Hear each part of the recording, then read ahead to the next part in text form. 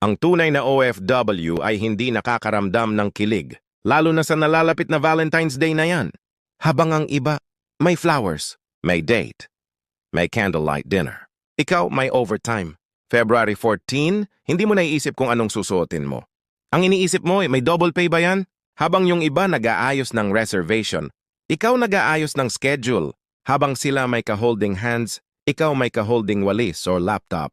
May magte-text sa'yo, Happy Valentine's Day. Sasagot ka, Thanks. Tapos babalik ka ulit sa trabaho. Walang kilig, walang harana, walang sweet music sa background. Yung iba may surprise bouquet. Ikaw may surprise message galing sa Pinas. Nagre-request kung may extra ka daw ba, magpadala ka daw ulit ng pera. Pero alam mo kung bakit ganun? Hindi dahil wala kang puso, hindi dahil bitter ka, kundi dahil ang priority mo ngayon ay ang future. Habang sila busy sa love life, ikaw busy sa life goals. At kung may kilig ka man, yun yung feeling pag pumasok na yung sahod mo, real talk.